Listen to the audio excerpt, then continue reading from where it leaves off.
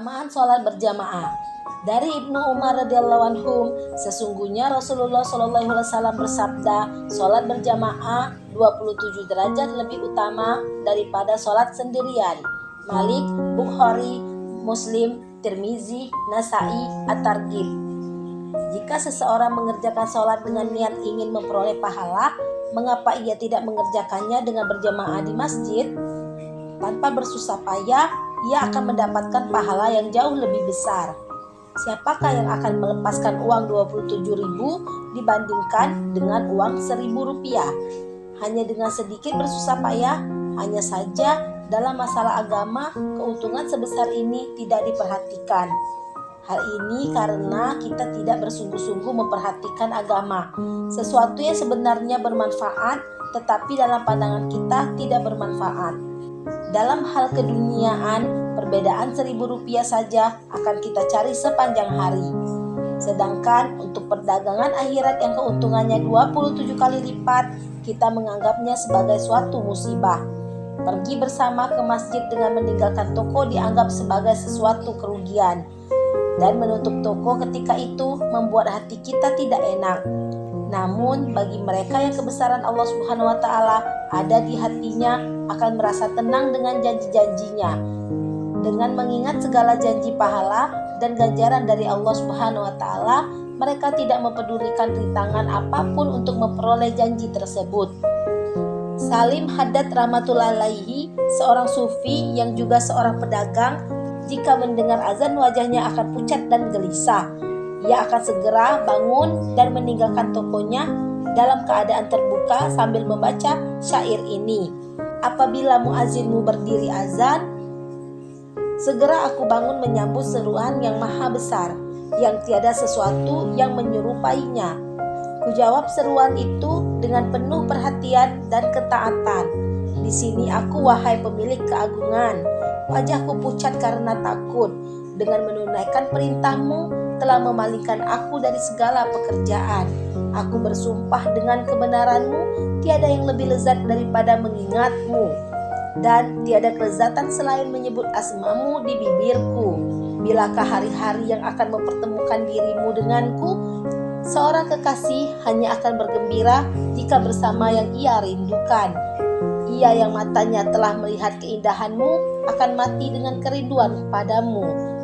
Hadis lain menyebutkan, barang siapa selalu berkumpul di masjid dan menjadi ahlinya, maka para malaikat akan menjadi sahabatnya. Jika ia sakit, para malaikat akan menengoknya dan membantu segala urusannya. Dari Abu Hurairah radhiyallahu anhu, Rasulullah SAW bersabda, sholat seorang laki-laki dengan berjamaah digandakan 25 kali dibanding sholatnya di rumahnya atau di pasarnya. Demikian itu karena jika seseorang berwudu dengan sempurna lalu pergi ke masjid semata-mata untuk sholat berjamaah, maka ia tidak melangkah satu langkah kecuali ditinggikan baginya 1 derajat dan dihapuskan baginya 1 kesalahan. Jika ia sholat, maka para malaikat selalu bersolawat untuknya selama ia di tempat sholatnya tanpa berhadas. Ya Allah, ampunilah ia. Ya Allah, kasihanilah ia. Dan ia dianggap terus-menerus sholat selama menunggu sholat. Bukhari, Muslim, Abu Daud, Tirmizi, Ibnu Majah, At-Targhib. Telah disebutkan dalam hadis pertama bahwa keutamaan sholat berjamaah adalah 27 derajat lebih utama daripada sholat sendirian. Sedangkan dalam hadis ini disebutkan hanya 25 kali. Banyak ulama yang membicarakan hal ini sehingga tampaknya bertentangan. Adapun penjelasannya adalah perselisihan antara 25 dan 27 adalah menurut perbedaan dari setiap keadaan. Sebagian ulama berpendapat bahwa perbedaan ini terdapat dalam sholat sirri, zuhur, dan asar, yaitu berpahala 25 kali. Sedangkan sholat jahri, subuh, maghrib, dan isya berpahala 27 kali. Sebagian ulama juga berpendapat bahwa pahala 27 derajat itu untuk sholat isya dan subuh, sebab sholat berjamaah pada waktu subuh dan isya lebih berat daripada sholat lainnya. Sebagian ulama menerangkan bahwa berdasarkan hadis lain, Allah Subhanahu wa Ta'ala senantiasa menambah kenikmatan umat ini. Bisa saja dari 25 pahala ditambah menjadi 27 pahala. Kemudian Rasulullah SAW bersabda, dan sabda beliau hendaknya dipikirkan agar semakin banyak pahala sholat berjamaah dan agar kebaikan-kebaikannya selalu bertambah. Barang siapa keluar dari rumahnya dengan wudhu yang sempurna dengan niat sholat berjamaah di masjid, maka setiap langkahnya akan mendapatkan 1 derajat dan menghapus 1 dosa. Suatu ketika Banu Salmah, yakni satu kabilah di Madinah Munawwaroh yang tinggal jauh dari masjid, berniat pindah ke dekat masjid. Maka Rasulullah SAW bersabda, tetaplah tinggal di sana, karena setiap langkahmu akan ditulis sebagai pahala. Hadis lain menyebutkan, jika seseorang berwudu dengan sempurna, lalu ia keluar dari rumahnya dengan niat untuk sholat berjamaah, seolah-olah ia keluar dari rumahnya dengan niat ihram untuk haji. Beliau juga bersabda bahwa orang yang duduk di tempat ia sholat fardu, maka para malaikat akan terus memohonkan rahmat dan maghfirah baginya. Sedangkan para malaikat adalah hamba-hamba Allah yang makbul dan maksum. Doa-doa mereka tentu akan dikabulkan oleh Allah Subhanahu wa Ta'ala. Muhammad bin Sima'ah rahmatullahi alaihi, seorang ulama yang masyhur, murid Imam Muhammad rahmatullahi alaihi, dan Abu Yusuf rahmatullahi alaihi meninggal pada usia 103 tahun. Dalam usia setua itu, ia masih mampu sholat sunat 200 rakaat setiap hari.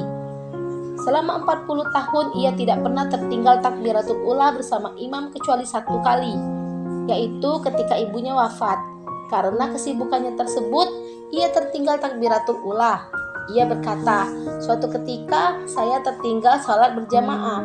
Untuk menebus pahala sholat berjamaah 25 derajat, saya sholat 25 kali.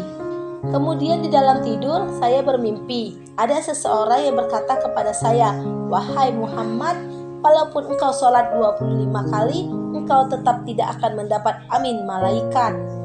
Maksud amin malaikat adalah sebagaimana yang telah dijelaskan dalam banyak hadis, bahwa jika imam selesai membaca Al-Fatihah lalu membaca amin, maka para malaikat ikut mengamininya.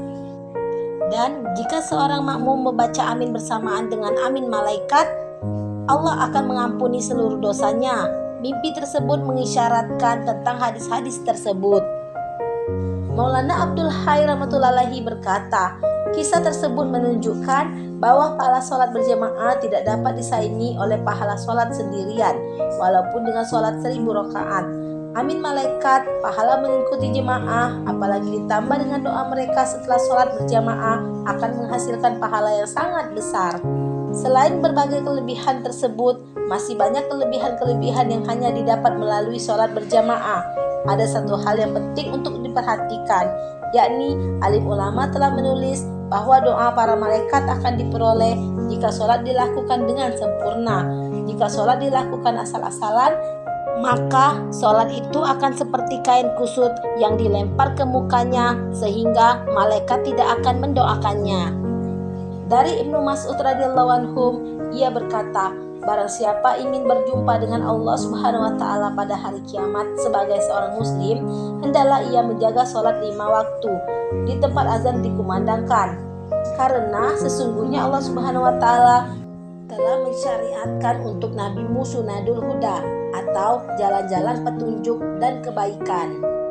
Dan sesungguhnya sholat berjamaah 5 kali di tempat azan dikumandangkan termasuk sunadul huda. Apabila kamu sholat di rumah-rumahmu sebagaimana perbuatan mereka yang suka tinggal sholat di rumahnya, berarti kamu meninggalkan sunnah nabimu. Dan jika kamu meninggalkan sunnah nabimu, maka sesatlah kamu. Tiada seorang laki-laki pun yang berwudu dengan sempurna lalu pergi ke salah satu masjid, kecuali Allah mencatat setiap langkahnya 1 kebaikan, meningkatkan baginya 1 derajat, dan menghapuskan baginya 1 kesalahan. Sungguh kami melihat tidak ada orang yang tidak pergi ke masjid untuk sholat di rumah, kecuali orang munafik yang telah jelas kemunafikannya. Dan sungguh pernah ada seorang laki-laki uzur, ia dipapah oleh 2 orang, lalu diberdirikan di dalam saf sholat. Diriwayatkan pula, sungguh kami melihat tak seorang pun yang meninggalkan sholat berjamaah di masjid kecuali orang munafik yang terbukti kemunafikannya atau orang sakit. Andaikan dapat diusahakan, maka seseorang akan dipapah oleh 2 orang untuk sholat jemaah. Ibnu Mas'ud radhiyallahu anhu berkata, sesungguhnya Rasulullah SAW telah mengajari kami sunanul huda, dan sesungguhnya sholat di masjid di tempat azan dikumandangkan termasuk sunadul huda. Muslim, Abu Daud, Nasai, Ibnu Majah, At-Targhib. Para sahabat sangat menjaga sholat berjamaah. Mereka berusaha keras agar dapat sholat dengan berjamaah, walaupun sakit dan harus dipapah oleh orang lain. Bagaimana mungkin mereka tidak memperdulikannya? Sedangkan Nabi Shallallahu Alaihi Wasallam sendiri sangat menjaga sholat berjamaah. Ketika beliau sakit parah yang menyebabkan wafatnya, beliau berkali-kali terjatuh dan berkali-kali pula berusaha berwudu, yang akhirnya dengan susah payah beliau dapat berwudu dibantu oleh Abbas radhiyallahu anhu dan seorang sahabat lainnya. Ketika itu kaki beliau tidak dapat berdiri tegak. Maka atas permintaan beliau, Abu Bakar radhiyallahu anhu mengimami sholat berjamaah. Lalu Nabi SAW menyertai jemaah di belakangnya. Sahihain. Abu Darda radhiyallahu anhu berkata, aku mendengar Rasulullah SAW bersabda, beribadalah kepada Allah seolah-olah dia di hadapanmu dan seolah-olah kamu melihatnya. Jadilah kamu seperti mayat, sehingga tidak dapat berbuat sesuka hati. Dan berhati-hatilah terhadap doa orang yang dizolimi, dan berusahalah agar tidak meninggalkan sholat subuh dan isya berjamaah walaupun harus pergi merangkak di atas tanah. Hadis yang lain menyebutkan bahwa sholat subuh dan isya sangat membebani kaum munafik. Andaikan mereka tahu betapa banyak pahala sholat berjamaah subuh dan isya, niscaya mereka akan berusaha untuk sholat berjamaah walaupun harus merangkak. At-Targhib.